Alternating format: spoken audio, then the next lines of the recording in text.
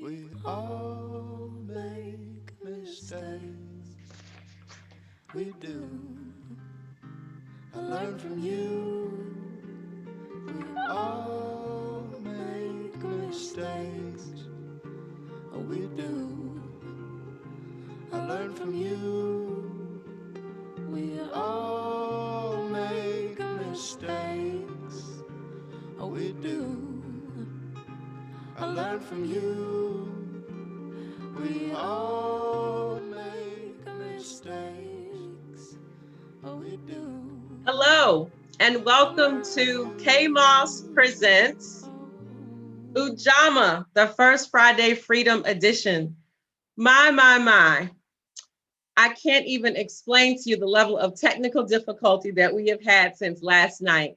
But I tell you, I'm going to relax in this moment and sincerely celebrate that we are taking time out for this beautiful and wonderful tradition. And I'm so thankful that we have been able to connect in this space finally. It has been a journey getting here, and I have learned to celebrate the journey. And I have also learned to rejoice in trouble. So I'm going to express gratitude for the challenges that we have had today, because the challenges have meant that we have needed to persevere. So I sincerely apologize to our audience. We had some significant technical difficulties that were beyond our control. Uh, Even our follow-up plans were challenged. But again, thank you so much for being here. Thank you for being in this space. Again, welcome to K-Moss Presents Ujamaa, the First Friday Freedom Edition. First Friday Freedom is a community stage and open mic event that actually was birthed from the Ujamaa Festival that we started in Hopewell, Virginia back in 2018. And I was so blessed after the Ujamaa experience and during the Ujamaa experience to connect through the arts with Vitamin, the student teacher, and also Sudan Anu, also known as Real True Poet. And after the Ujamaa event in 2018, we decided to launch First Friday Freedom, a community stage and open mic that started in the downtown area of Hopewell, Virginia. Due to this unexpected global pandemic, we have had to pause, but we're so excited that during this time, which is essentially our anniversary, we're able to bring this offering back to the community with so many of our partners who have been wonderful and blessed and good to us throughout this journey. Kwanzaa is a beautiful tradition. And so many times people have questions about Kwanzaa, they're skeptical about it. But I have to tell you, the more that I study Kwanzaa, the more that I aim to live Kwanzaa, the more I fall in love with this beautiful tradition. So as we get started, I do want to read a brief description of the Kwanzaa tradition and certainly give honor where honor is due to the founder of Kwanzaa, Dr. Maulana Karenga.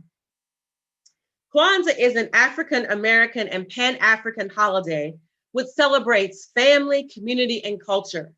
It was created in 1966 by Dr. Maulana Karenga, a professor of Africa Studies. Kwanzaa, a 7-day cultural festival, begins December 26th and ends January 1st. It joins communitarian values and practices of continental African and African American culture.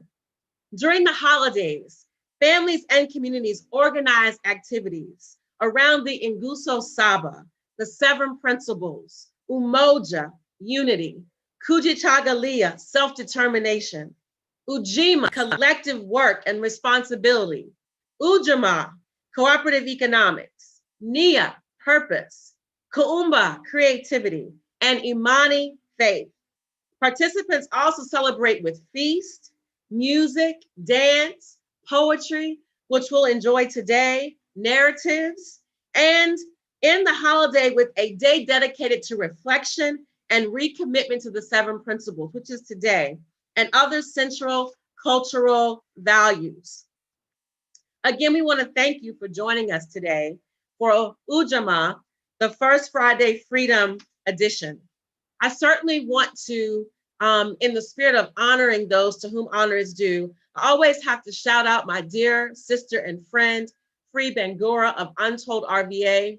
It was during her Kujichagulia event in 2017 that I was inspired to begin the Ujamaa event in Hopewell in 2018. And I was so blessed that night as I listened to all of the powerful words about us being self-determined as artists and as business people and of African descent, to be able to chart our own path and tell our own stories and make space for our businesses. And hearing that in that space in 2017 with Free Bangura and Untold RVA at the Six Picks Innovation Center, I decided then, I self-determined that we would have a Kwanzaa event in Hopewell and the Tri-Cities area, centered specifically in Hopewell. Normally, these events start out, as this one will, and as we progress in the years, we'll be able to know how to fully engage so many of the traditions. As we add more and more celebratory aspects each year that we host this festival. We want to start off today with an ancestral tribute and pouring of libation. Basically, I will basically mention in this space, sometimes this is where some people, especially those who are of the Christian faith, begin to take issue with Kwanzaa because they consider this to be ancestral worship. It's not what it is. What it is it's honoring those who came before us. It's giving life to their lives. It's speaking their remembrances. And as folks say, if we don't remember them, who will? Our ancestors in this country in particular paid a great price so that we could be here.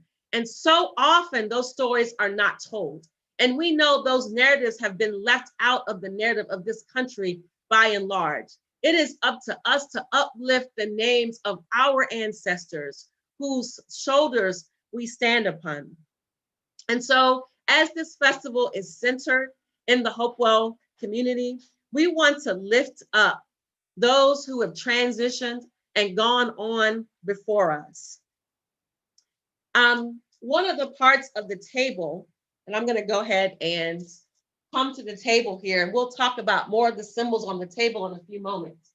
One of the parts of the table is the cup for pouring libation, and also the plant.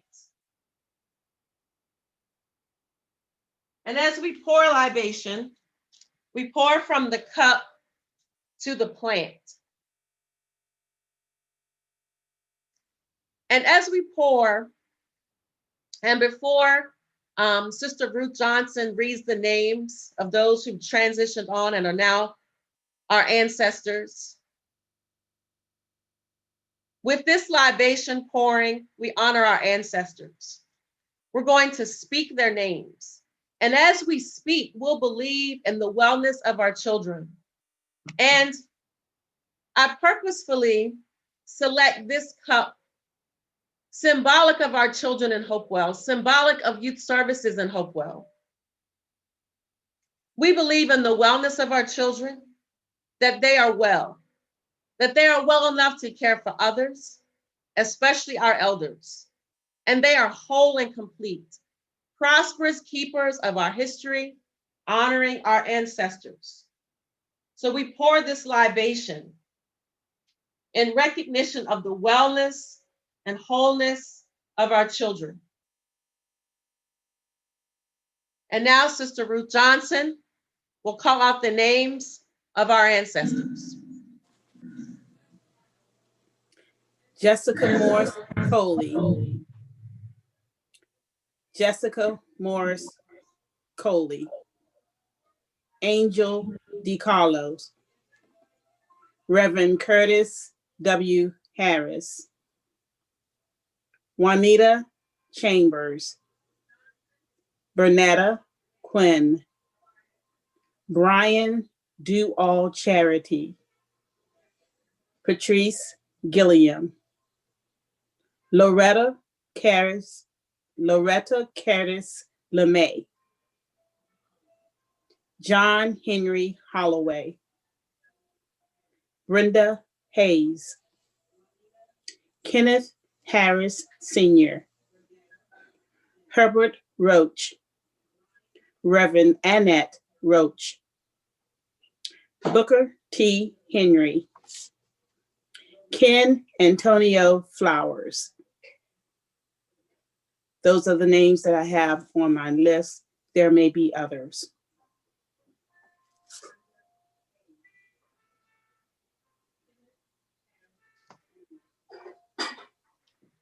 Thank you, Sister Ruth. And now we also invite you in the space where you are to call out the names of any of your ancestors that you would like to give voice to right now, to their history, to their stories, and to the fact that it is upon their shoulders which you stand. I would also like to include Dr. Thomas Wendell Point and Laura James.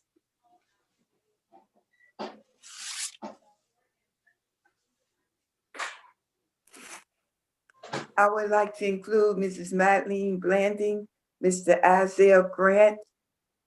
I would like to include Mrs. Marie Grant Crawley, Mr. Willie Crawley, Mr. Charlie Lewis, Mrs. Emily Lewis, and many others. Ashe. Yes. Ira Lorenzo Cuffey and Sharon Cuffey Murphy. Ashe. Sandra K. Balding, Stir. Ashe.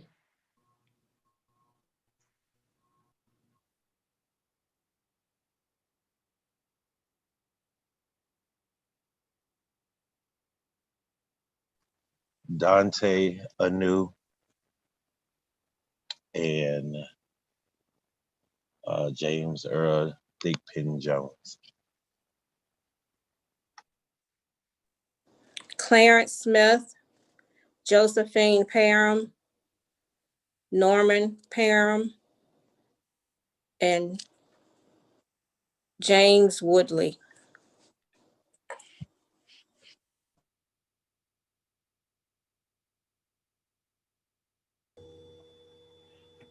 Ephraim Jackson, Roland Johnson, John Thomas Johnson, and Lothario Jackson.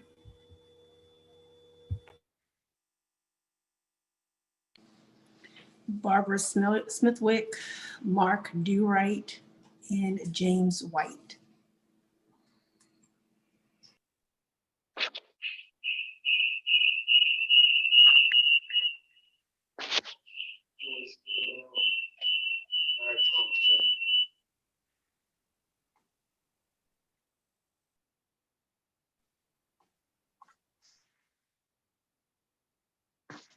Ashe.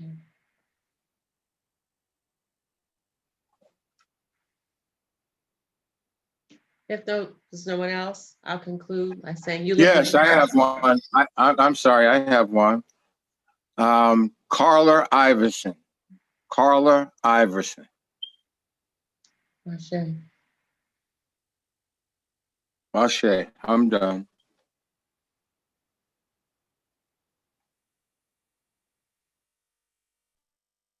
If there are no others, I'll conclude with Eula Virginia Jones and Marvin Curtis Jones, Jr.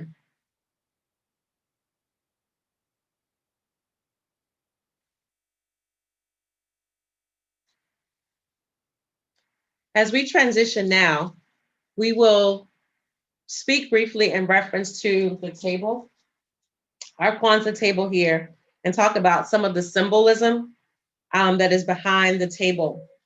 The table typically has some beautiful African cloth, as you see here. The mat is symbolic of our tradition and history, and therefore the foundation on which we build. The crops, as you see, are symbolic of African harvest celebrations and of the rewards of productive and collective labor. The corn, symbolic of our children and our future, which they embody. As I was listening to a Kwanzaa event this morning, actually, I learned that we're supposed to have an ear of corn for however many children we have on our Kwanzaa table. And the sister spoke so beautifully as she mentioned that it is wonderful to be the parent of a child, but it is even higher to consider yourself the parent of all children. And I'm certainly thankful for that, as that has been our heart of our work in Hopewell, that we're concerned about the village and the condition of all of our children. The Unity Cup, which we utilize for the pouring of the libations. This is symbolic of the foundational principle and practice of unity, which makes all else possible. And the gifts. These are symbolic of the labor and love of parents and the commitments made and kept by the children. Gifts are mainly given to children, but must always include a book and a heritage symbol. The book is to emphasize the African value and tradition of learning that has been stressed since ancient Egypt, and the heritage symbol to reaffirm and reinforce the African commitment to tradition and history. I also learned during my study this week that gifts are given for children accomplishing goals, not just given for any particular reason, but if a child accomplishes a significant goal. So the gifts on the table today are symbolic of the gift that I'm going to give to my daughter for completing her education, continuing her education this year, and also starting her business.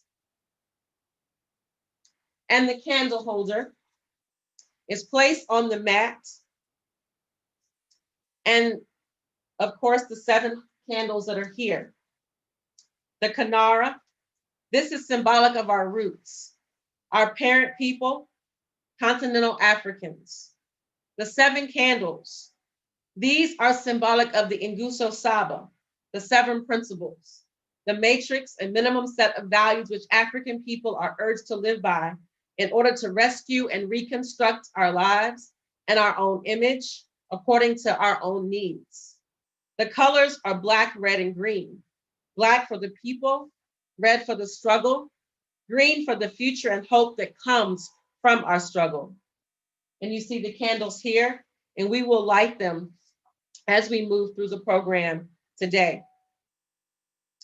The Black candle is lit first on the first day of the celebration, and the remaining candles are lit afterwards from left to right on the following days. This procedure is to indicate that the people come first, then the struggle, and then the hope that comes from the struggle. The greetings during Kwanzaa are in Swahili. Swahili is a Pan-African language and is chosen to reflect African children's commitment to the whole of Africa and African culture, rather than to a specific ethnic or national group or culture. The greetings are to reinforce awareness of and commitment to the 7 principles. It is Habari Gani, and the answer is each of the principles for each of the days of Kwanzaa. And again, so we are about to light the unity candle.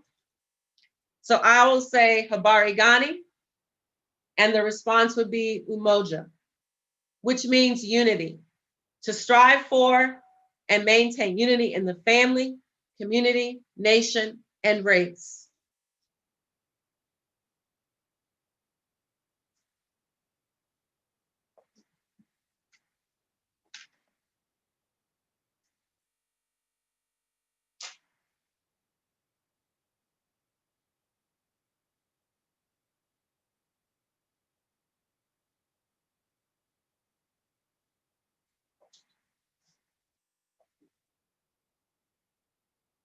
We are blessed in the Hopewell community to have Dr. Emily DiCarlo, who is an educator and an artist and brilliant poet.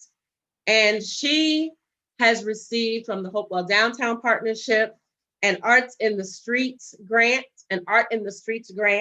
for her You and Me Too project, which has become a beautiful community collaboration. So in honor of Umoja, Dr. DiCarlo is here, along with muralist Carrie L. Flowers. Dr. DiCarlo, if you could. Hello, good afternoon. Happy New Year and Happy New You and Happy New Us. I'm always excited when New Year comes because I've already started my resolutions in the previous year. I've already started. And one of them is the You and Me Too project that you mentioned. And I'm just so excited about it to collaborate with an artist, Carrie Flowers, and to also collaborate with a craftsman, Oris Pickens, a great young man, and he crafted the ship, which represents the ship that the settlers first came in on to Hopewell. And it is not a slave ship. As some people said, they said, well, the ship, well, that is part of the history of Hopewell, the ship that started it all, that brought the people here. I want to just tell you what that You and Me Too project is, because it represents a marriage between street art, craftsmanship, poetry, and it is a collaboration. Collaborating also with the divine Miss Kay Morse of Kay Morse Presents, who has just been phenomenal in helping to present this project. And it's just amazing how God just ordained things, because I didn't know that much about her until she called me and she was saying, we can collaborate. And I was like, okay. And then she brought in the First Friday Poets and Vitamin and Real True Poets and others to be part of the grand opening. I want to do the You and Me Too project poem. And it's such an honor for me to be able to do it, because I wanted to do a poem that would embrace all of us, that would celebrate cultural equity, that would just include all our souls, because all of us are divine and we are connected by one commonality, and that is we are all human beings. You and me too. No matter who we are, red, yellow, white, brown, or any hue, I'm still me, and you are uniquely and beautifully you, with just the right shape of our eyes, the thin or curvy bends of our lips, the long or short of us, down to our fingertips.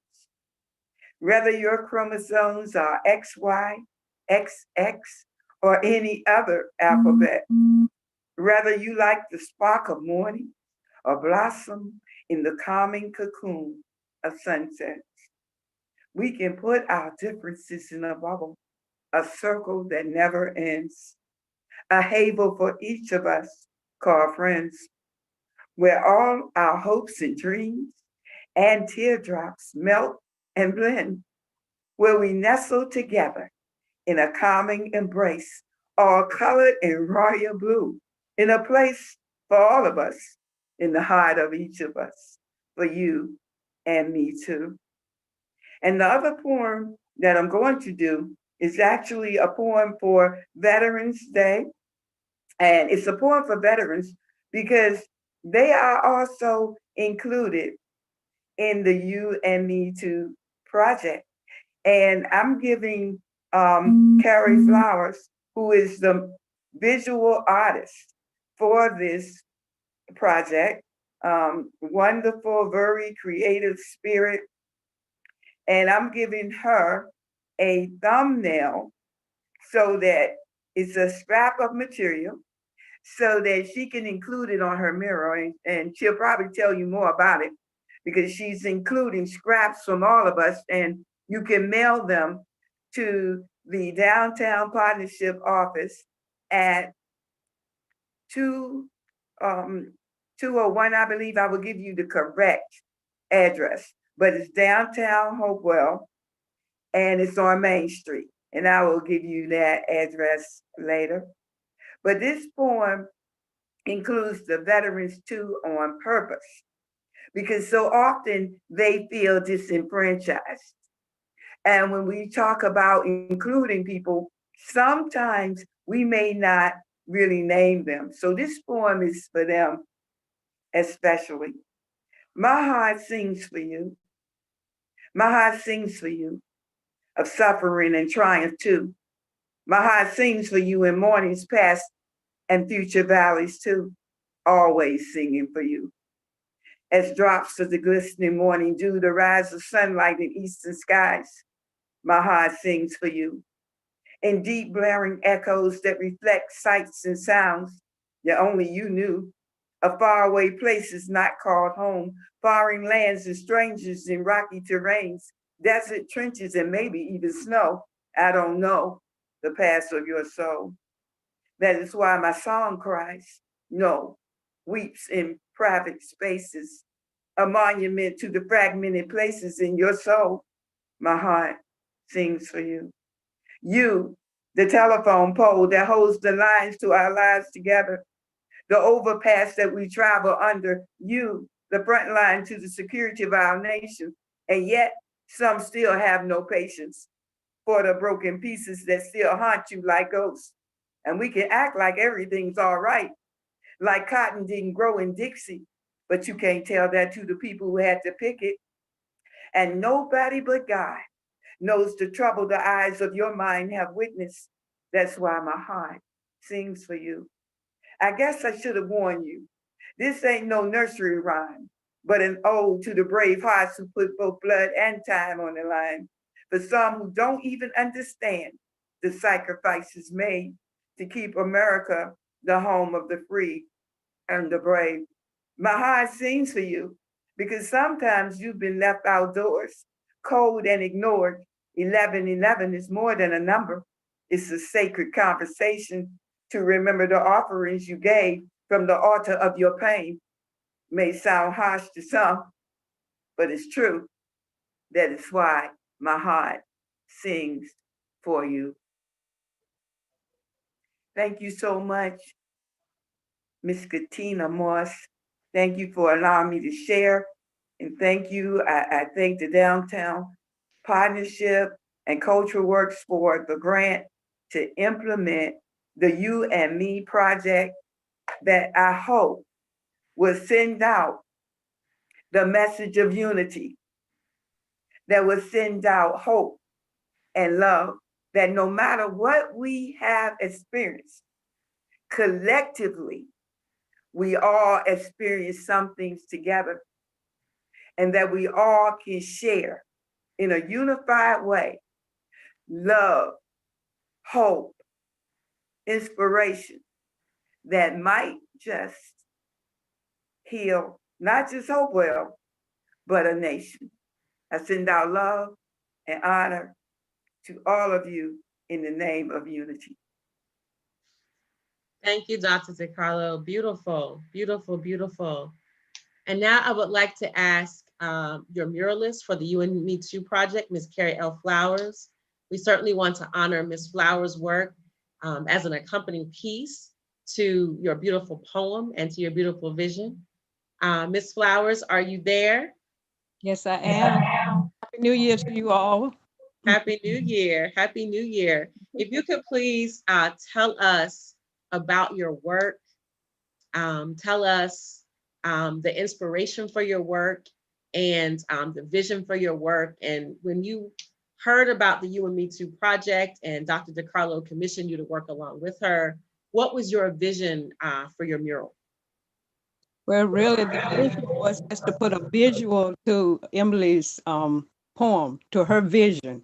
So when she approached me, which it was by telephone, I was at work, it was about 12, and then she just said she wanted me to participate with her in this Me and You Too project. I had no idea what it was about, but when someone reaches out to me to do an art project, it's just like your 10-year-old friend when you're a little girl and they come to the door and ask you to come out and play, you ready to run. So that's what the reason I gladly accept her invitation. So basically the picture is basically a visual of her poem. My method of working is not so much as a photographic picture of people or things. My artwork basically is on feeling and what feeling it brings to the viewer. They're mostly silhouettes, as you can see in that mural. And when you call me muralist, that's a new thing because that's the first mural I've ever done in my life. I've done large pieces of artwork, but there never have been the size of a mural. And which was the project was supposedly going to start on a wall downtown, but it worked out fine that it didn't because the weather wouldn't have been very nice to work in. So it was good that it turned out the way it did. The part about you all mailing in a piece of cloth, and it may be a cloth about as big as your finger.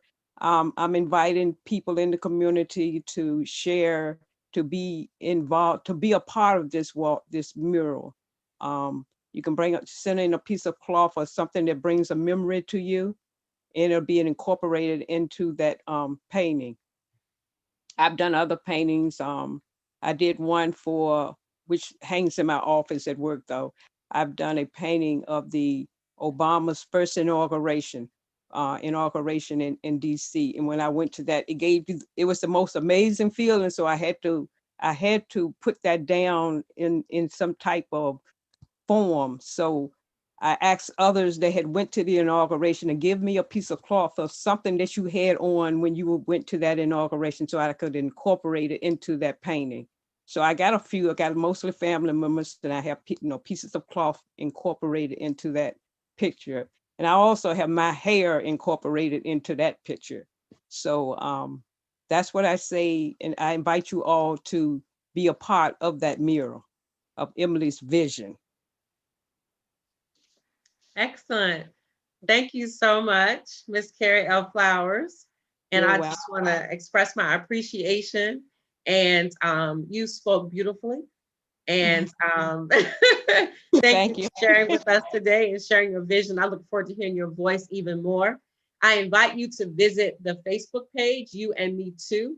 Due to our technical difficulties, I'm not able to show you as we have prepared the beautiful image of the mural. But if you go to the You and Me Too page on Facebook, you'll be able to see there's a virtual bookmark there that Dr. DiCarlo had shared when we had the launch a few weeks ago. And you'll be able to see the poem and also an image of the mural.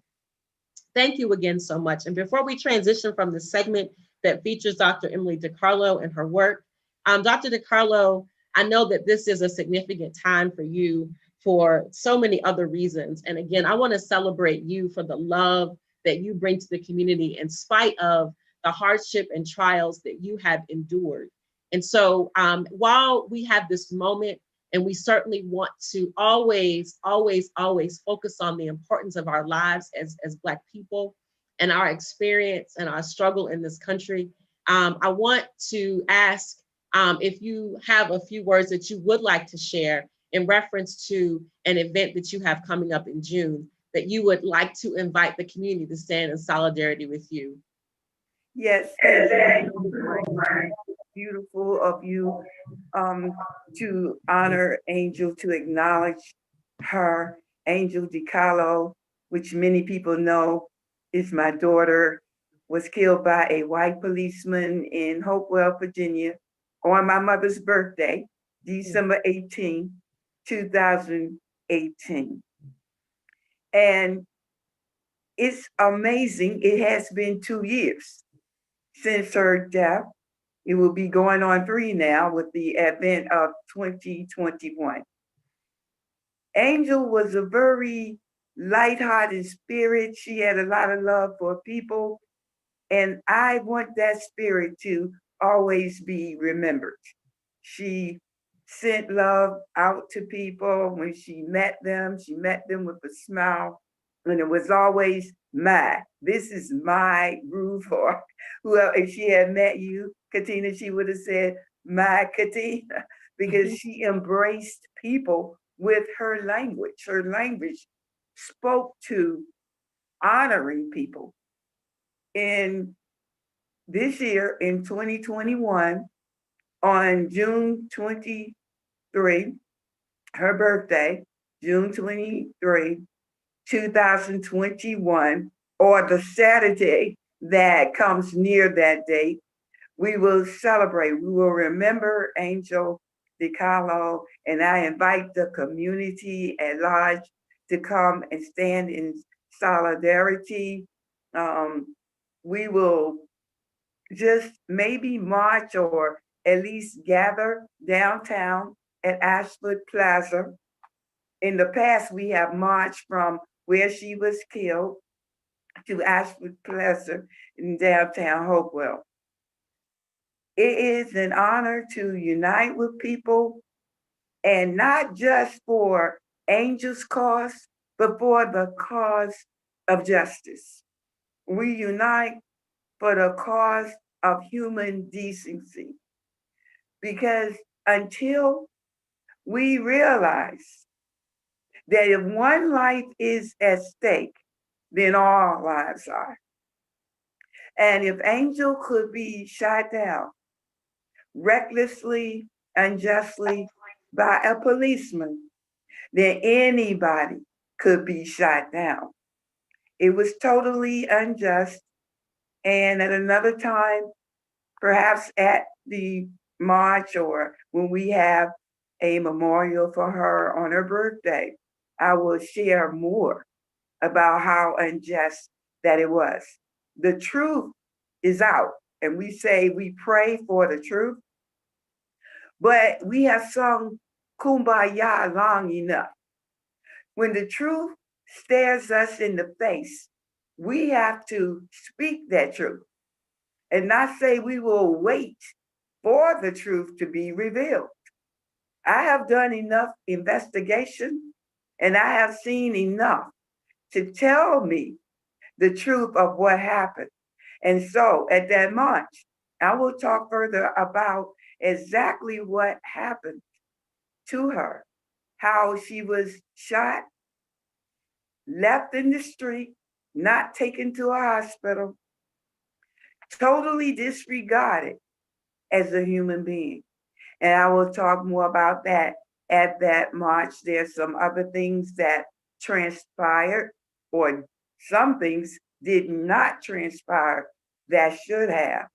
One is that the policeman's name has never been released to the public, to the community, nor the other officers who were there. They have not released a picture of a so-called gun. Never. And it has been 2 years ago. And there are other things that they have not released to the community. And there has to be transparency, because then people suspect that there is a cover up, which it is. But the lack of transparency gives validation to that point that it is a cover up. So I will talk more about that at the march, but also will share some of the things that Angel did. She sung. She has a CD with me in which I do poetry, and she sings this song called Pretty. And I do thank you, Katina Moss. You are a great light, not only to the city, but also to the world. And the world will see it. And we might think that our part is a tiny drop in the ocean. And it is a big ocean, but the ocean is made of tiny drops. And so collectively, all of those drops together make that vast body of water, which you indeed are a part of, and all of us today are a part of. Thank you so much for being a drop. But that drop, with all the other drops, makes a significant difference in this world. Thank you for having me as a part of Kwanzaa. Thank you for being here with us today in this space. And it's so significant what you said, because Kwanzaa is about the collective and it's about us gathering. A significant part of it is about us identifying with who we are as a collective people. And your struggle is my struggle, and my struggle is your struggle. And when we uplift each other and we agree that we're going to uphold each other, that if it's your burden, I'm going to help you carry it. And if it's my burden, you're going to help me carry it. That is the spirit of Kwanzaa. And so we certainly want to leave space to honor life. And I just want to say here in this space, when I felt a burden to support you with the grand opening, I thought initially that we didn't have enough time, but then I realized what you were trying to do. I knew that you were trying to bring life and unity out of a situation that had taken away from you, your child. And I thought that that was the most beautiful offering that you could have, and that through your strength, and as Dr. Karenga talks about with Kwanzaa, through your struggle, you have persevered and you are bringing forth life. And so we honor you today. And we thank you for the love that you have consistently lived and brought to the community. Thank you so much. Thank you so much. You're welcome. Thank you. Our next principle is Kujichagulia, self-determination. Kwanzaa is a holiday that is about self-determination. It is about the determination of us as a people to define ourselves, to name ourselves, to create for ourselves, and to speak for ourselves. So we're going to light the second candle, Kujichagulia, for self-determination.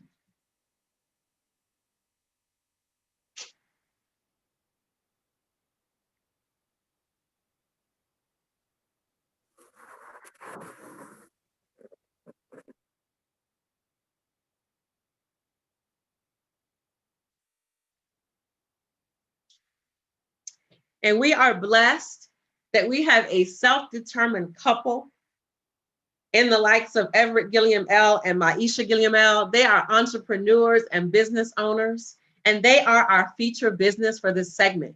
Thank you so much. I have to say, I just have so much gratitude and appreciation for you and for your continued support of our events. And certainly, we want so much for your businesses. You all are a brilliant couple. I want to hear some more of your duets like you brought to us last year, First Friday Freedom. We were looking at some video from that the other day. There's so much talent between the two of you and among your family. And thank you for sharing that with us today. So it looks like, Maisha, that you're going to go first. Maisha is the owner of Herbal Delights Cupcakes. They are delicious baked goods.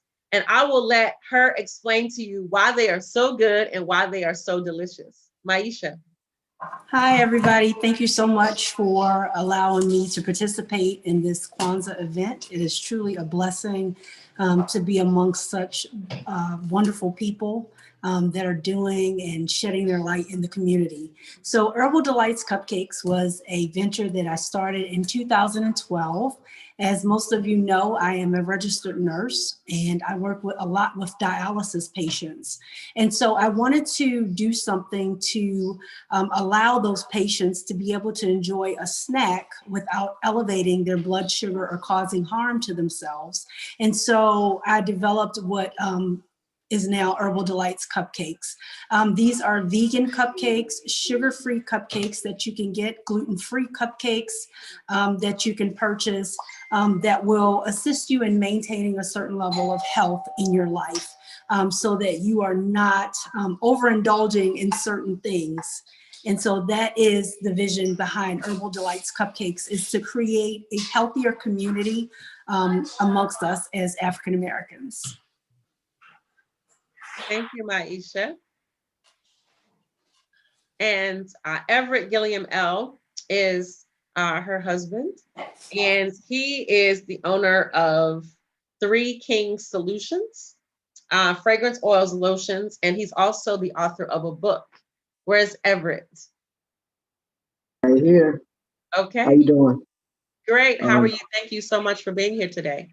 Thank you for the opportunity again. Aisha, do you still have are you guys close to each other in the house? Yeah. I think there may be some feedback. There's a mute. Okay. Are you able to mute? Thank you. All right. Can you hear me? Yes. Okay. Yes. I am the founder and visionary of Three Kings Fragrance Body Oils, and now the lotions. With Three Kings Fragrance Body Oils, I want to give others the opportunity to have the scent and fragrances that they enjoy.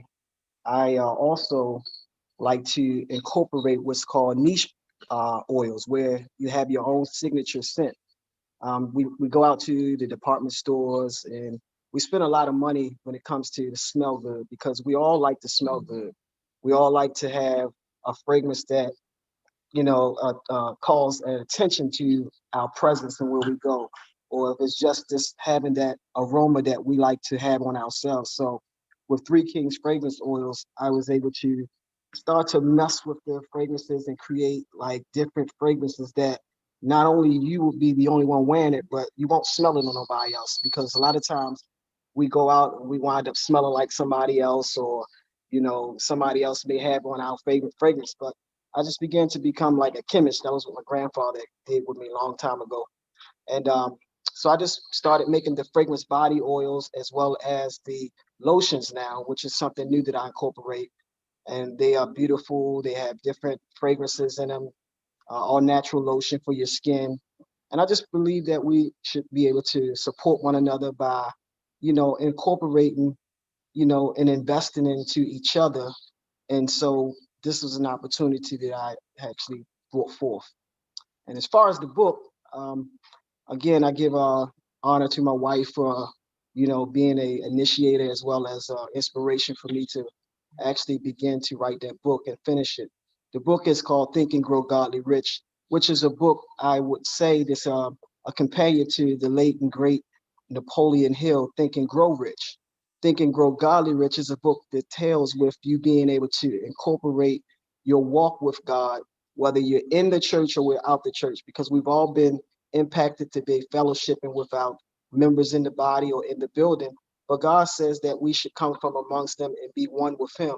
So this book is to actually help in that ideal way and practical way to be the church, to become one with God, and to incorporate your spiritual development so that you can have what I call godly success. As we're all wanting success today, we all should also achieve for the greatest purpose of which we all were put here, and that's to have the success that God incorporated in each and every one of us.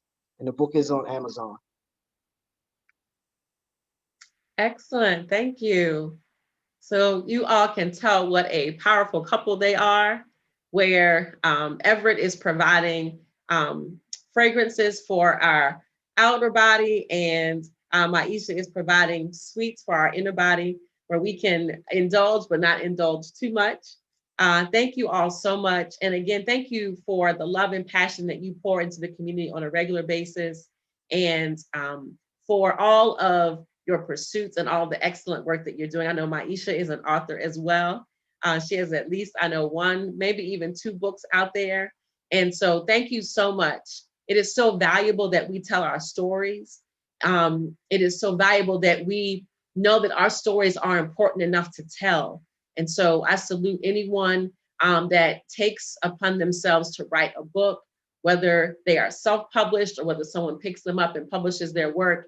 It is important for us to practice self-determination and tell our own stories and be the entrepreneurs that you all are. Thank you again so much. While we were going through our technical difficulties, everyone that's actually here in the Zoom room was able to enjoy the antics and comedy of one who calls himself Mr. Storytime. And as someone who is extraordinarily self-determined, instead of having a poem at this moment as our interlude, we will enjoy a vignette of sorts from Mr. Storytime. Are you there, Mr. Storytime? Yes, I am. Can you hear me? Yes, we can. Are we able to see you? I don't know that you can see me, but that's okay because sometimes I'm better unseen than seen. Well, we can see you, so behave yourself. You can see me now. Okay. Yes, we I had can. to come in. I had to come inside because it was raining out here in the country. I don't know how many people know I live in the country where the COVID is limited. We got stuff. We got fresh air, and the COVID and fresh air do not get along. But I digress. I'm so sorry. I am grateful to be here for this fabulous occasion, the restoration of First Friday's Freedom, Habaragani, and I think this Amani.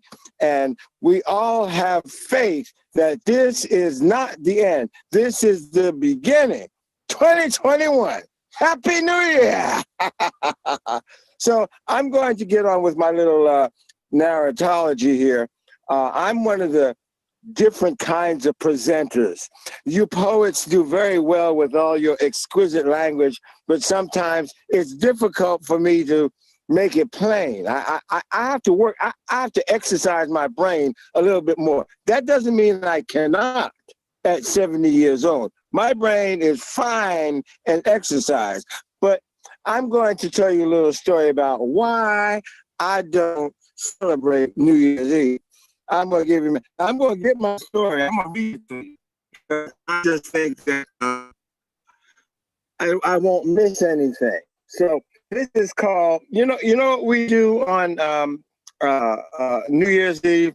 The Baptist boys, we go, and girls, we go to the testimony ceremony, okay? And this little brief narrative is called Test the Line. Here we go. Normally, I don't attend New Year's. Is that right? Apostrophe S or S apostrophe? Does it belong to the celebration? The title New Year's.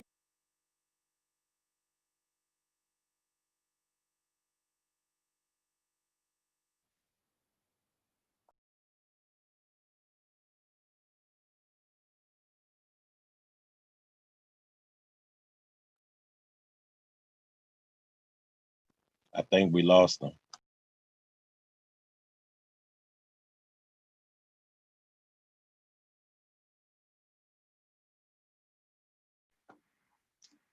Okay, we'll see if we can get him back. He is so far out there in the country. And perhaps we'll be able to hear later the rest of his story in reference to Test the Line. Our next principle is Ujamaa, collective work and responsibility, to build and maintain our community together and make our brothers and sisters' problems our problems and to solve them together. Along with Ujamaa is Ujamaa, the name of this festival, cooperative economics, to build and maintain our stores, shops, and other businesses, and to profit from them together. So I will light these two candles next.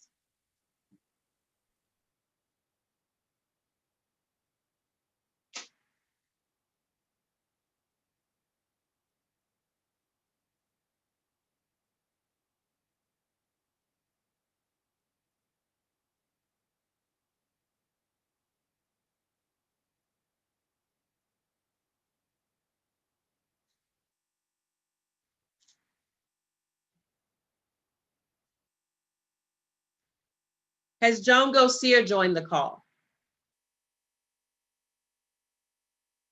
Has Joan Gossier joined the call? Okay, if not, I do want to say Joan Gossier, the city treasurer for Hopewell, was supposed to be on today. I'm sorry that she wasn't able to make it. She wants everyone to know about opportunity zones before that program ends.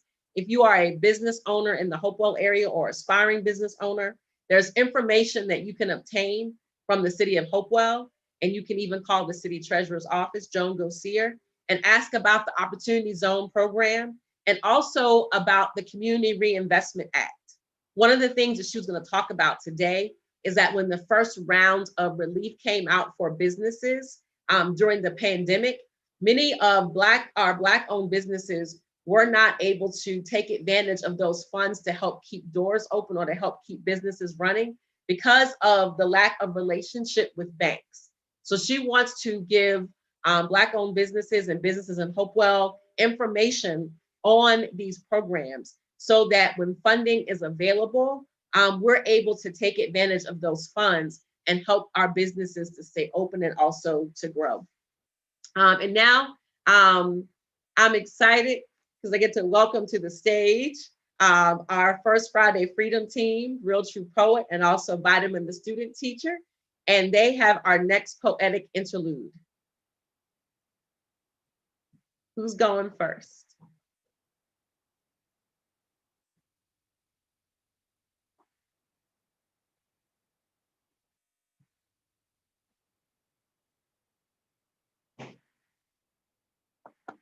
Okay, yes, I am. Sorry, I was not super prepared for that second. But I will do a piece.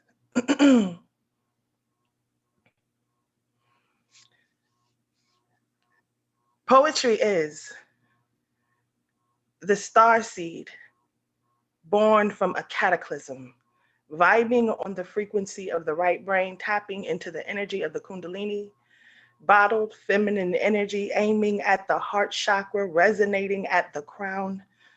A lot of pretty words turned lyrics.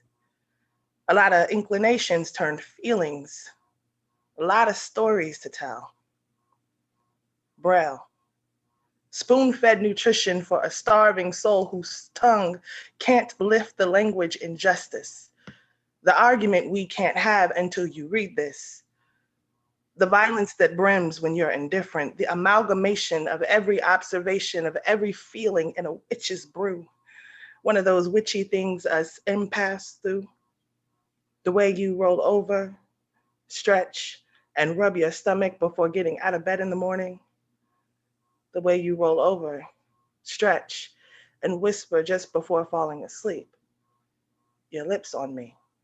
Those lips with those gift wrap bars, hip hop before the South Bronx put a patent on it. A spell the angels task sages with casting. The citrus of the sun, sweet radiance radiating the cells to cultivate both life and death. Poetry doesn't talk to me. Poetry is the war dance of the muted. The merry-go-round on the schoolyard of the senses, fifth dimension, ascension, the compulsion the body has to feel heard, especially in silence. Poetry is the way I quit my job. Ghosted that guy, survive in America. Poetry impregnates my eyes with tears. Poetry doesn't talk to me, poetry hears. Words before sounds and vowels. Translates hieroglyphics into scripture. Poetry is the mirror I reflect, tilt slightly and deflect, angled so that something, anything I say might cast on a part of you that gets it too. Beautiful. Thank you. If freedom could talk, I wonder what freedom would say. In fact, I wonder how freedom would say it. Would its tone be as legendary as the utterance of by any means necessary? Or would it be as unsure as the shaky whisper in Mississippi where the Tallahatchie River has concealed 14 reasons of why the fruit wasn't strange to all who picked it? If freedom could talk, it would be as melanated darkness poured evenly in the garden, seeding humanity, causing the atoms to walk to the tunes of the North Star. If freedom could talk, it would be as virtuous woman or woman, bearing loss of which she birthed through her wounds to the tunes of society, telling her that her sons and daughters don't matter. Hands up, don't shoot.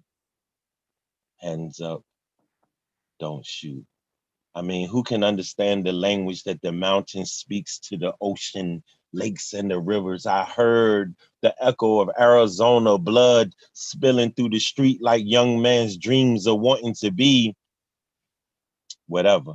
You see, the price of Skittles is too high if lives have to be lost. He was born in a barrel of butcher knives, taught white lies, whispered sweet like the serpent sexing Eve with the truth of divinity, twisting it into a conjugal victory that helps the apes and the monkeys and the baboons beat their chests with the blessings of Satan's kiss. Eternal bliss has always been a position of those rich in wealth. Was he left shot 41 times in a New York state of mind when 51 was the real true goal. Ooh. Thank you. Thank you, True. You're welcome. You're welcome. Thank you. Thank you. And in this moment, I want to definitely, in reference to the two principles that we're observing now, Ujamaa and Ujamaa, thank you for joining together in this work. It means a lot to be able to engage and work with strong partners. And so thank you for the passion and love that you have for the community. Thank you so very much. And I think we have Mr. Storytime, who's ready again. Yes.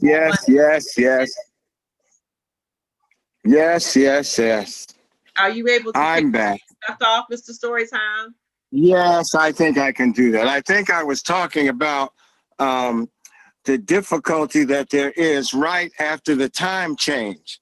That's the reason I don't go out, because it's rookie night. The rookies go out after the time change when you're going to work at 4:30, dark 30, and you're coming home at dark 30.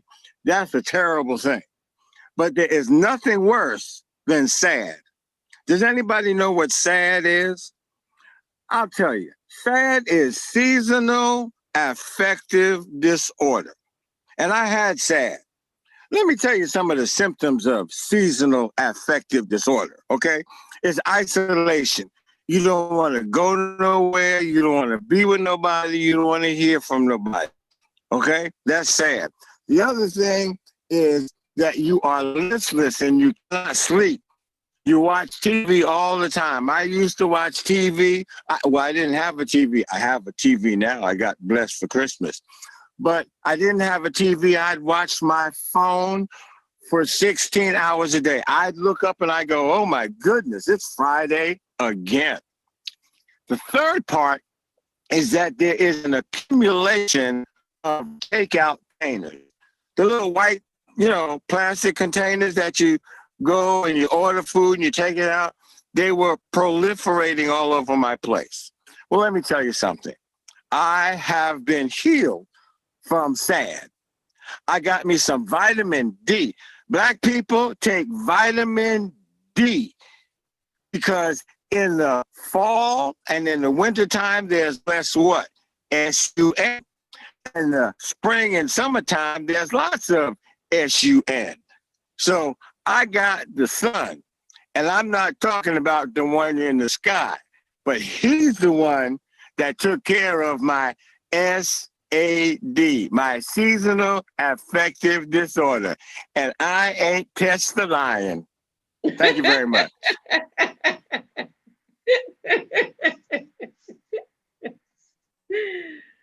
Thank you so much, Mr. Norris. Oh, excuse me, Mr. Storytime. And I certainly want to thank you for your support of First Friday Freedom. I want to thank you for always being in the audience and, of course, always having a story.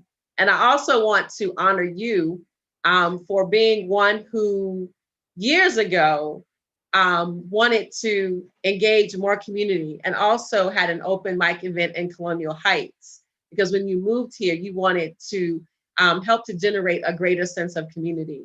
And so you also, although you are not an ancestor, you are an elder, as you let us know, and you are one whose shoulders we stand upon. So we honor you and we thank you for all you bring to the community, Mr. Storytime. And thank you for not test the lion, but testifying.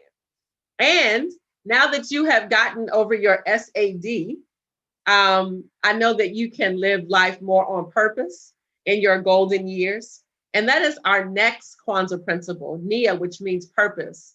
to make our collective vocation the building and developing of our community in order to restore our people to their traditional greatness. So now, we light the candle for purpose. Nia.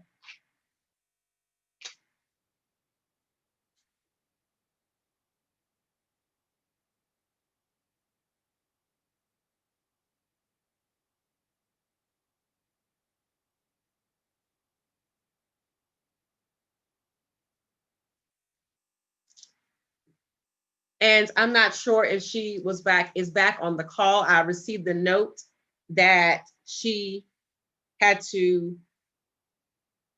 jump off the call and may come back on the call. But it's Imbis African Hair Braiding. Is she back on the call? African Hair Braider. Okay, thank you. We certainly want to shout out her and give honor to her. And Lynette Lee is always our vendor coordinator.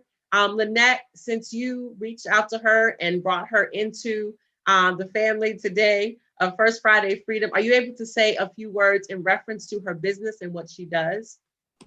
Sure, I will definitely try. She is an excellent braider, should I say. She braided my hair, but she does all types of braids. She's located here in Hopewell, Virginia. She is African native. I will give you her phone number. Her phone number is 267-504-7539. That's 267-504-7539. And that's Ms. African Braiding. Please contact her. She does excellent work for all ages. Thank you. Thank you, Lynette. Thank you so much. And now, Lynette, you actually keep the floor because it's time to spotlight your business, Damsel in Defense. Please tell us about what you do to help us keep ourselves safe. Okay, well, sure, thank you. So what I do is I provide stylish products to keep you safe, you and your family safe. We provide items from personal keychain alarms, stun devices, pepper sprays, even for our young children, because it's quite important that children understand what to do and safety boundaries. We have a series that's called Safe Hearts. And Safe Hearts, with Safe Hearts, it's the heart that we want to protect with our children, because if they're violated, that's what changes the heart. So what we have books that parents can use in their home to have what we call kidversations. Other than that, guys, we have a concealed carry purse and so forth. My website is mydamselpro.net/diamonds. That's mydamselpro.net/diamonds, because we're hard, unbreakable diamonds. And my phone number is 785-307-0500. Please only call for business. Yeah, but again, we provide stylish items to keep you and your family safe. Thank you. Thank you, Lynette. And again, thank you so much for all that you do for First Friday Freedom. As our team and our family, you do an excellent job. I always say, whenever we have an event and we involve vendors or business people, Lynette just takes on the responsibility, and she does such an excellent job. And so I definitely honor you as always, and thank you so much for the passion and the love that you have in reference to vendor and business spaces. Our poetic interlude at this moment is by one of my favorite poets, one of our high school students. Vitamin, the student teacher, for over a year now, has been mentoring and coaching our students at the Hopewell High School Poetry Club. And one of those students is Miss Ajane Pollard. And so Ajane is going to provide our poetic interlude now. Hello, Ajane. Hello, how's it going? Doing well. How are you? I'm doing great. Today's a good day. You know, it's the new year. New year, new me, I guess. You Yeah. know, just trying to embrace the new year and try to leave all of the unfortunate things that happened last year in the past. So Excellent. I'm loving your locks. thank you. They're finally mature. I'm actually going to be a year locked tomorrow. So Congratulations. thank you. A great lock journey. Yes. Well, I'm going to be doing a piece that I did at my Poetry Out Loud competition, which was Black Boys Play the Classics by Toy Derricott. Yes, so let me pull that up just in case, you know. Okay.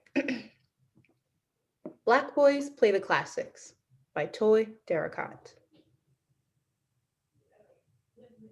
The most popular act in Penn Station is the three black kids in ratty sneakers and t-shirts playing two violins and a cello. Brahms. White men in business suits have already dug into their pockets as they pass, and they toss in $1 or two without stopping. Brown men in work-soiled khakis stand with their mouths open, arms crossed on their bellies as if they themselves have always wanted to attempt those bars. One white boy, 3, sits cross-legged in front of his idols in ecstasy. Their slick, dark faces, their thin, wiry arms who must begin to look like angels. Why does this trembling pull us? A. Beneath the surface, we are one. B. Amazing. I did not think that they could speak this tongue. Thank you. Thank you, Ajane. Thank you, thank you, thank you. I have to say that I had the privilege of being in the room when, the Zoom room, of course, when Ajane first began to work on that piece and to see the growth and development in her performance of that. And I must congratulate her, as this is the second year that she has been the winner of the Poetry Out Loud competition at Hopewell High School. And that is a competition that our very own Vitamin, the student teacher, as a mentor and coach to the students, brought to the high school. The students were familiar with slam poetry, which of course is a great genre. But because Vitamin is so studied and such an excellent artist herself, she wanted the students to experience the wide range of the art and encounter some of the classics. And so as you see, the students are doing that. And what a performance Ajane just gave us. Thank you so much, Ajane. And thank you for being here today. And we salute you. And I do want you to know that your teacher has called you the Poet Laureate of Hopewell High School. So I think we need to run with that. Thank you again, Ajane. Thank you. You're welcome. You are welcome. Our next principle of Kwanzaa is Kumba, creativity. To do always as much as we can in the way we can in order to leave our community more beautiful and beneficial than we inherited it. Kuumba. So we'll light the candle.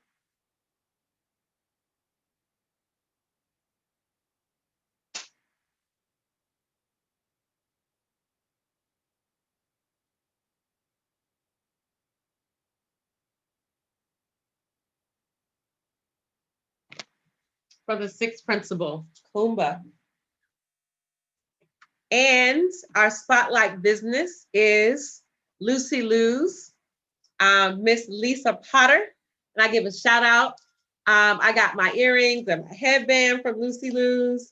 And also she has articles, items also like my choker. She has beautiful, she's gonna show you. But it's one of my favorite places to shop. And Lisa, are you with us?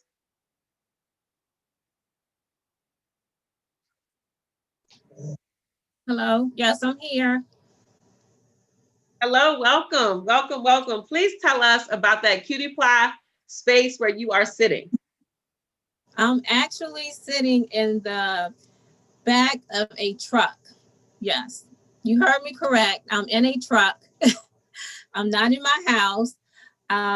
Speaking of the principle of creativity, this is exactly what I have here. I have a creative space that I basically converted a delivery truck. It's a Chevy step van, but it's like a UPS truck. And I ride around, and it's basically a boutique on wheels. I started my business over 3 years ago. I started off as just doing a mobile boutique, but I now have an online boutique that I've had for a little over a year. I've had this online business, but I never really pushed sales to the online part of my business because I enjoy my customers. I love being in front of my customers. I love them coming to my truck. But because of COVID, I've been having to push sales online.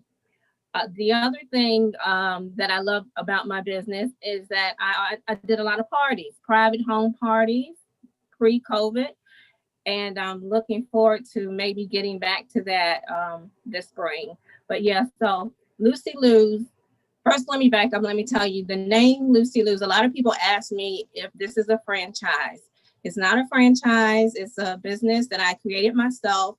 And the name is a nickname that I gave my daughter, who is now 20 years old. But when she was a toddler and she used to like to dress really fancy, I called her Lucy Lou. So when I was trying to think of a name for my business, I was like, oh, the ladies I want them to look good and feel good. So, of course, I thought of the name Lucy Lou because I thought about how my daughter acted whenever she dressed cute and started looking cute. So that's the name of my business. And Lucy Lou's is a business that has casual to casual chic clothing. I have accessories, handbags, and now this season was my very first season selling shoes. So I have boots and sneakers and flats. I don't have any heels yet because, like I said, it's more casual to casual chic. You can my pieces that I order for my boutique are items that you can dress up or dress down. I have so many pieces that you can run around and doing your errands or whatever you have going on in your life, your very busy life.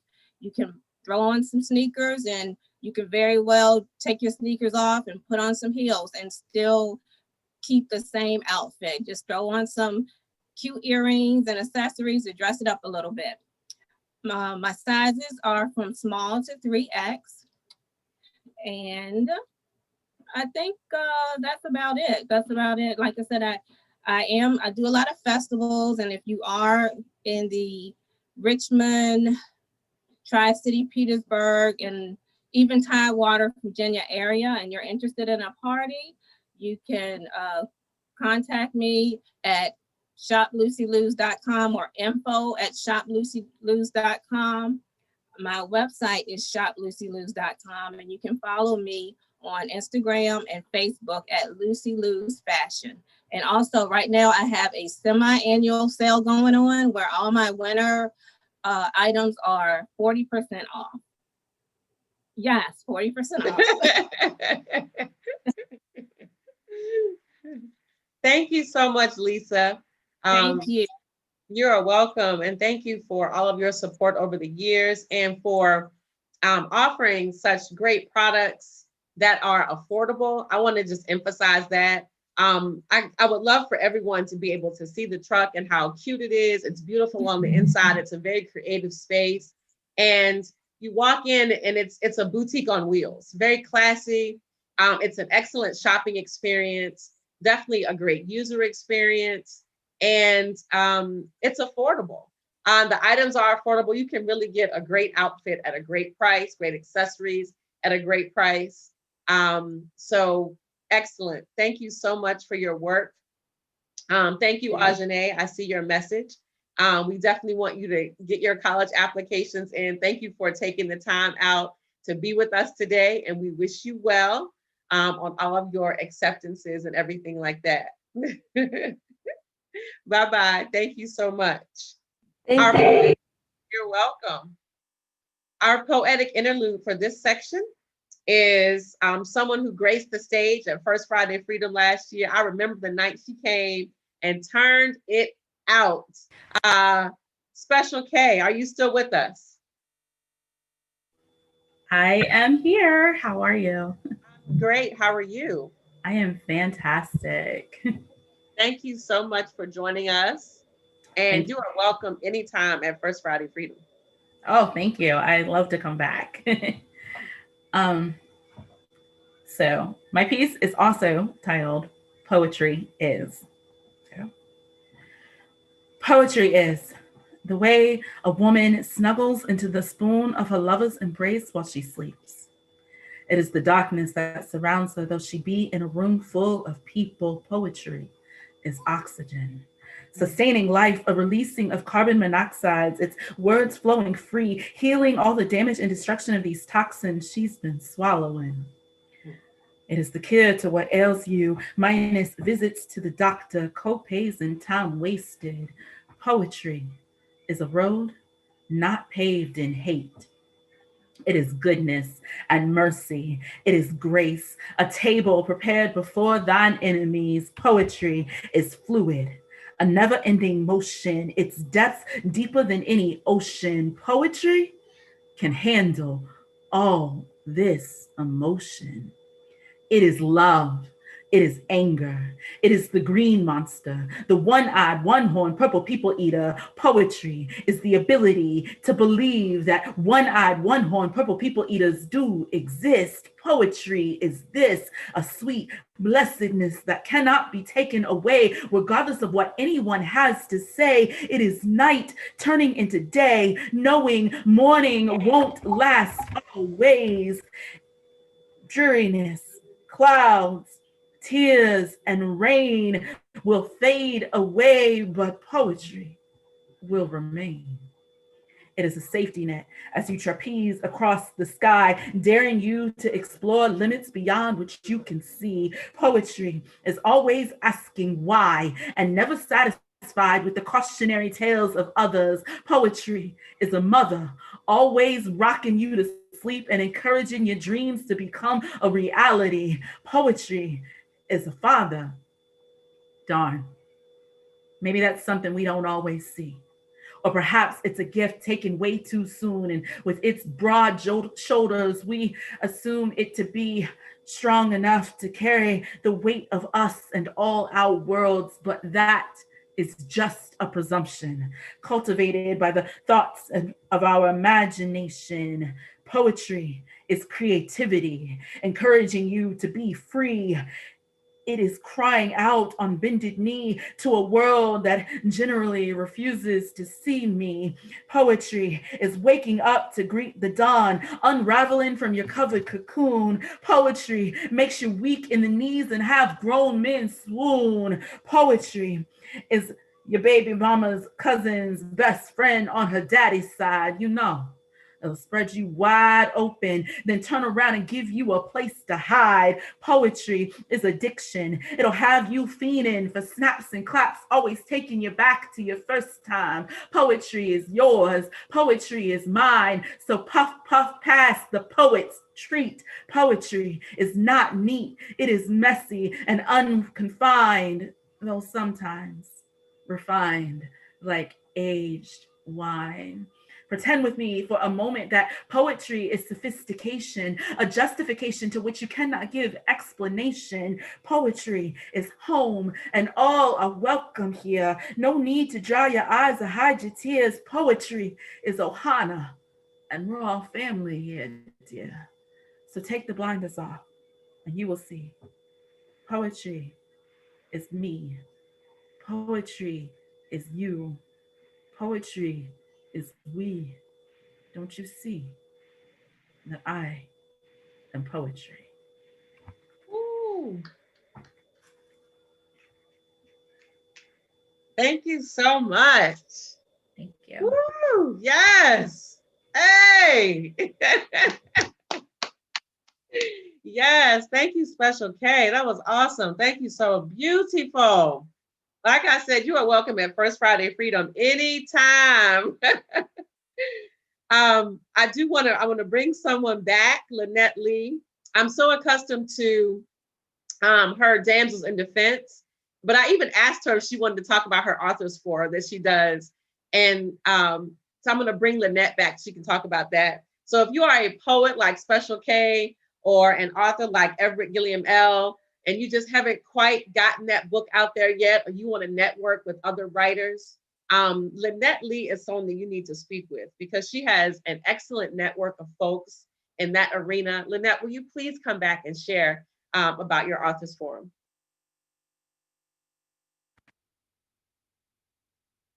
Sure, Will. Thank you. I appreciate that.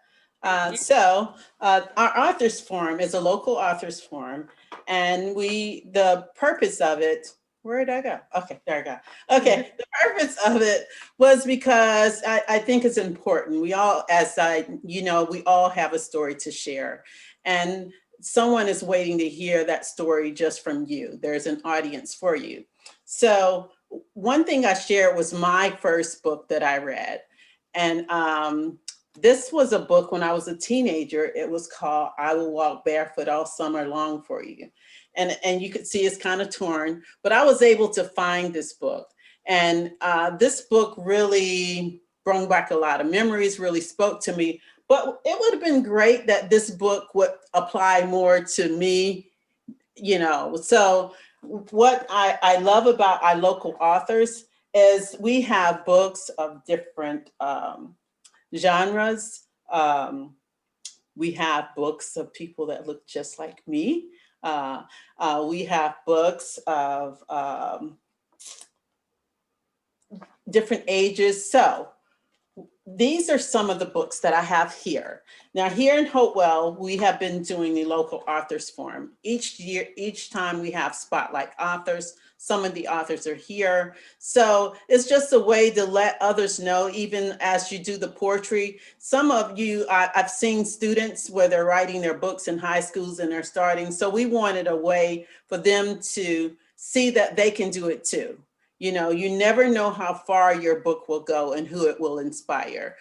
Just like the book I found when I think this was my first book I read in junior high school, and I'm 58 now. So, that's a long time ago, right? But it still sticks with me. But one of the reasons we do the local authors forum is because of our nonprofit organization that was started by 3 African-American veteran women. And one of the things we did is we gave women an opportunity to share their story of how they triumph over adversities. So that is what our local authors forum started. It's a fundraiser for our nonprofit organization, but it's also a way to get others exposure about their story, to get it into other people's hands. So I just wanted to share that. You can follow us on Facebook, Goals Initiative on Facebook. So it's Goals Initiative, Inc.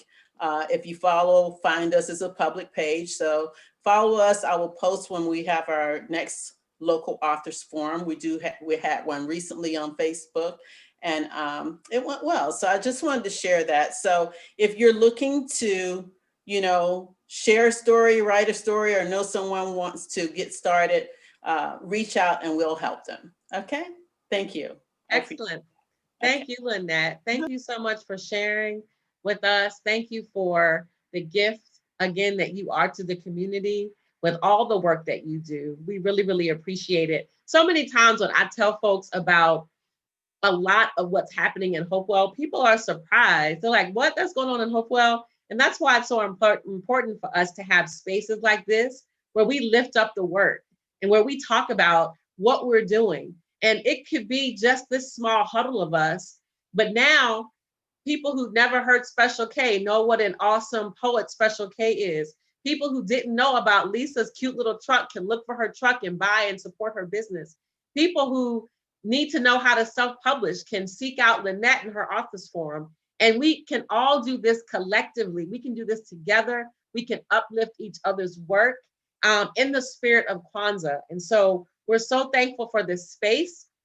And as we get ready to conclude and light our last candle for the last day of Kwanzaa, Imani, is faith, because it's so important for us to think about moving forward in faith and to take this day and to reflect and to really take in all that this celebration and tradition mean.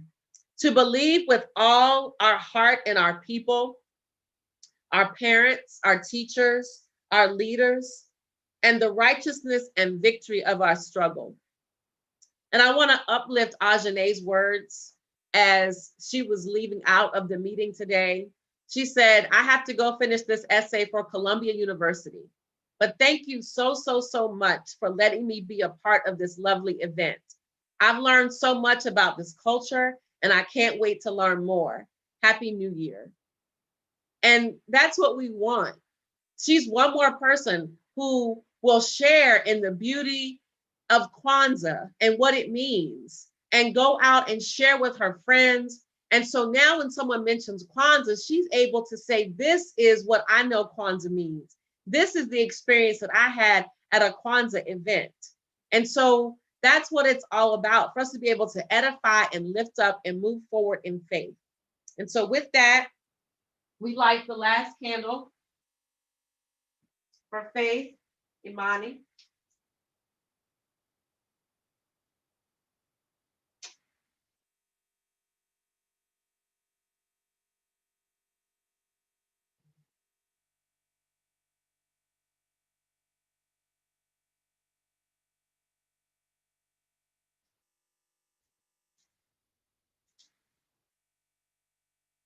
And we pause to give gratitude for the faith to move forward with the spirit of Kwanzaa and to be self-determined and to have the boldness every day of our lives to seek to operate as a collective, to know that we are not individuals, but that we are a collective, that we descend from the glory and beauty of the motherland, and that we are beautiful as Black people, that we are brilliant as Black people.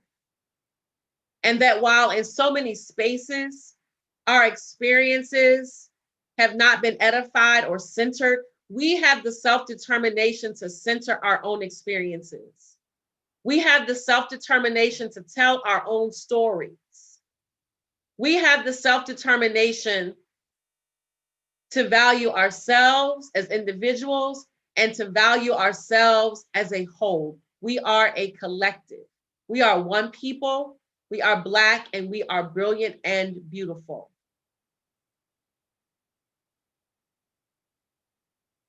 And so helping us to have the faith to move forward in this new time is an entrepreneur who I'm very excited to meet. Her company is SL Media LLC, Shaquita Lee. She has a social media marketing and social media coaching business. She has a 90-day social media strategy group. Shaquita, are you still with us? Her power went out. Her power went out? Yeah. Oh my texted goodness. her info. Yeah. Okay, please, are you able to, since you brought her again to the event today, Lynette, are you able to share a few words about her business? I will definitely try to do her justice here. You just gave her information. So I'm going to read what she has on her website. It says, do you know that social media is a new business card? When you meet someone new, they will look you up on Google or Facebook to find out a little more about information about you. SL Media is here to help you make your presence felt and known on social media. We offer a variety of services from content posting on your platform to showing you how to get seen on social media. You can contact her at www.shequitalee.com.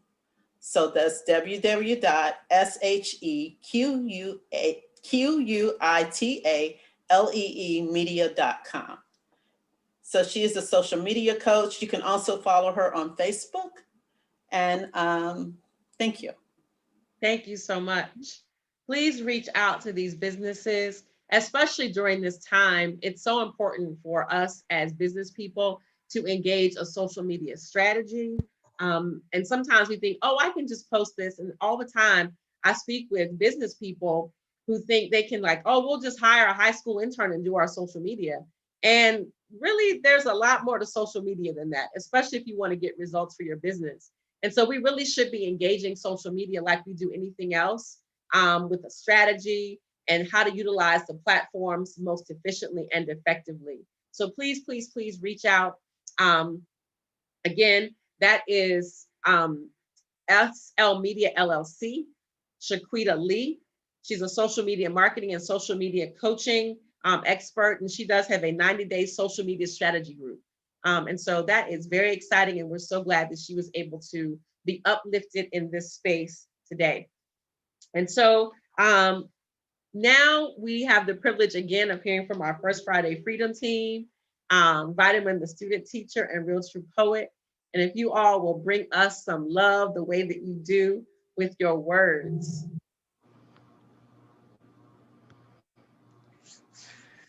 This is another Black poem. Another poem that became necessary to write after the last poem left you more enamored than considerate of the message. After the last poem gave you the impression you had our blessing to join our meetings by the river, all you heard was rage on native tongues still tasting blood and tears and the feet of pigs. No, what you heard was the word, and then pinned your Bible. Pinned declarations to constitute a colonizer's privilege with just enough laymen to make it sound general, careful not to be actually inclusive or accountable. Strangely fruitful in your urban farms, we proud GMO products of your projects, you banked on our unity, certain we do as we've always done, be a proud folk, dress up our dilapidated surroundings and find pride in our disgust. We make scratching and surviving a good time, like we make entrails a delicacy. Learning to be satiated with what little you left us while you trained us to use our ability to build, to construct your supremacy. Chase the opulence we had no need for because we had each other, even if only in the illness of our circumstance. Given religion as division and diversion, now we can't even have a discussion because we pray differently. You pray on us brilliantly. And when we wouldn't die fast enough, you planned our parenthoods. When we resolved to fight for ourselves, you murdered our leaders, gentrified our cities, scrubbed our histories and our gods. We sang our way through it. It's an awkward perseverance when the lyrics are only notable after they become indecent and indignant and payable to you. Pay no mind that they are simply the survival tactics of a relegated people because now it's cool. We needed something we could bop with. But now it's about a hashtag RIP, Black bodies fertilizing your urban farms. Now there's no need to prevent the rise of a Black Messiah because now we're scared. And assimilation tastes so good. It looks so good on a people paid to sell our Blackness in blonde wigs and jig white appropriation to a trap beat. How Rachel Dolezal tried to curly flow her way into our back rooms and our Black men while doing box braids on back porches, you know, like a proper negress. We have always been a case study for white society. Read Medical Apartheid.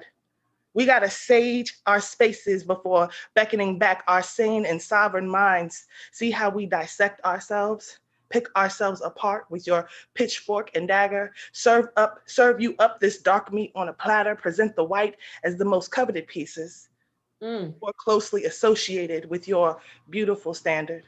Got us relegating, excuse me, got us relegating our beauty to shades, good and bad hair, region, linguistics, erasing and doctoring the statistics, guessing at our names, slapping on new labels every few decades. Here, See how this African American fits? Like being African in America is too rich for your sludge. Let us resurrect John Henry Clark's words. Can we be African again? El Hajj El Malik Shabazz said, America has a serious problem. And the response has always been marching. But even King was done walking, campaigning for our lives. His fear, that burning house prophesied. We are the still lit embers, still magic and excellence personified, still conflicted, walking contradictions in need of healing. But you got a drug for that. Perks, Molly's, government issued sativa. Methadone is the same as heroin. Let us out these cages then, since you serving up the same product that got us locked up. Criminalized, trying to provide what you subsidized, redlined, gentrified, and stole. Don't let that rose push through the concrete of these jungles. They're bud chopped before they were bloom. And there's another hashtag, another Black poem, another 28 days to be mad about it, another BET memorial to be sad about it, more post-traumatic slave syndrome to scrape the scar tissue from, one more claim that you shouldn't be held accountable for what your ancestors perpetrated. One more time, tell me how the rainbow wasn't enough so you considered suicide. Tell us of your white rage against that Black machine that conquered your lands, your gods, and your minds. Tell us how you were given 3 ways to die: crack, malpractice, or guns. 3 ways to live: imprisoned, in debt, or mental illness. Pick your poisons, mix them even. Tell me how your superheroes and deities looked like me. Tell me the lies your teacher told you. How you were told to relax your hair and shoulders so that I was comfortable, and I'll Oprahize. Send Sharpton to your child's funeral, and thereafter you can eat the ass of animals and call it soul. I want to feel as bad as you do while watching white entertainment television, while watching the inauguration of the first white president. You don't get it. In fact, it's your privilege not to.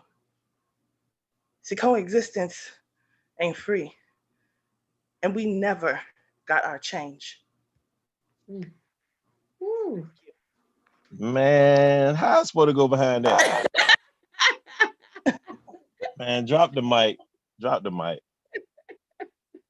Oh my goodness. I was feeling sorry for you the whole time, True. I was feeling sorry for you. My girl. It's your world, brother. Come on, brother. Oh my goodness, man, you got me. Whoo.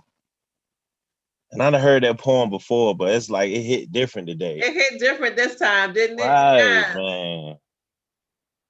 Amani, where did your spirit go?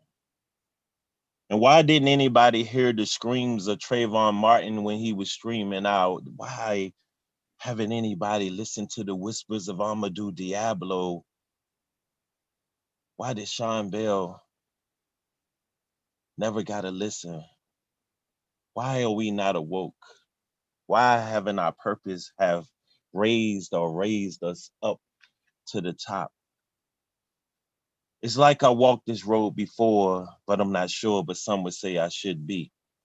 See, it's the voices in my head, and I know it sounds crazy, but it's like they gave me a key, and now I see the future of me. But lesson after lesson, I'm reminded that I'm still incomplete, like that decoration that independently took those souls away from me. It was the screams that woke me, and now I see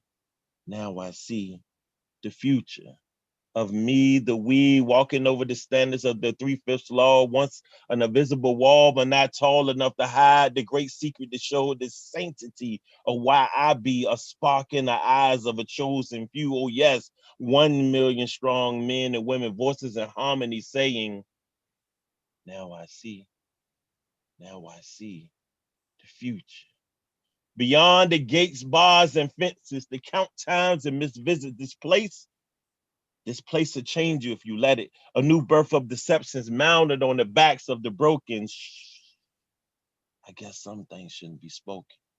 Regurgitating the lies that made these truths self-evident. The time is systematic. The desire for a real change is lacking in the valley where the dry bones stay sleeping. Now I see the future through the eyes of the ancient that have painted the will of their thoughts on my mental. So I'm honored to give thanks because evolution is what I've been through. Mm. Thank you so much. Thank you, thank you, thank you. I want to thank everyone again, especially the First Friday Freedom team for persevering through this time. We're excited. We are coming back. Yes, yes. Yeah, so we wanted to be able to get back after, I will say, I had planned to really tell my story more. Some people know I actually had COVID-19. And the last time that we had a First Friday event, we were virtual on April the 3rd. And I was so sick that day. But we had made a commitment to do the virtual event. And afterwards, I was just exhausted and actually had COVID-19. And once going through that experience and obviously being very thankful that I'm still here, it really taught me a lot about centering my self-care. And as much as I thought that I was taking care of myself, I found out that I wasn't. And as much as I love this work, I really had to reprioritize and make sure that I was not so vulnerable to the pandemic and other health issues. And so we had to take a break. But I'm so thankful that through that time that Vitamin True and I have stayed connected. And even though we don't talk all the time, every time we get together, whether it's a text message or a meeting, there is a commonality in our purpose and our focus. And I'm so grateful that we are going to be back. We have some plans for 2021. Yes, and so our next virtual event will be the first Friday in February, just in time for our second anniversary. And so even though we had a hiatus, we're still here in heart and head. And so we're counting the entire time because we have persevered through to this moment. And so in our self-determined way, we're celebrating 2 years. And you will have more information. We're going to post it on our social media if you would like to perform at our first Friday in February event. Also, we're going to put out some information. We want to continue to honor in the spirit of Kwanzaa and Ujamaa. We want to continue to honor and cultivate the ground for Black-owned businesses in the Hopewell, Virginia area. And so as a festival and arts platform that exists to help cultivate a space for Black-owned businesses in the Hopewell area, we want to acknowledge and give an award for our second anniversary, a Spirit of Kwanzaa award to a Black-owned business. And so we're going to be asking people to make nominations for who they think should receive a Spirit of Kwanzaa award. Because what we want to do is we want to edify and uplift that Kwanzaa isn't just the last week of the year. It is a lifestyle, it's a practice. And as you can see from these principles, it is near and dear to our hearts as people. I'm sure everyone here has had these conversations about us working together, about us having each other's backs, about us seeing ourselves as a collective. And so when we unpack Kwanzaa and live it and study it, again, it becomes more and more of a beautiful tradition that we recognize is a lifestyle. And so we want to give a Spirit of Kwanzaa award to a well-deserving Black-owned business in the Hopewell area. So we'll be putting out there for you to make nominations, and we'll be looking forward to making the announcement of that winner. We have First Friday Freedom on the first Friday in February, February the 5th, and that also will be a virtual event. So before we wrap up, I definitely want to open the floor for any closing comments from Vitamin the Student Teacher or Real True Poet.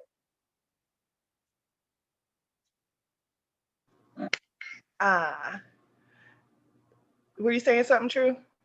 Okay, thought you were saying something. Thank everyone for their time and energy today. Thank you for having me, of course, and the First Friday platform. It's very good, as I said before, to see everyone that I haven't seen in so long.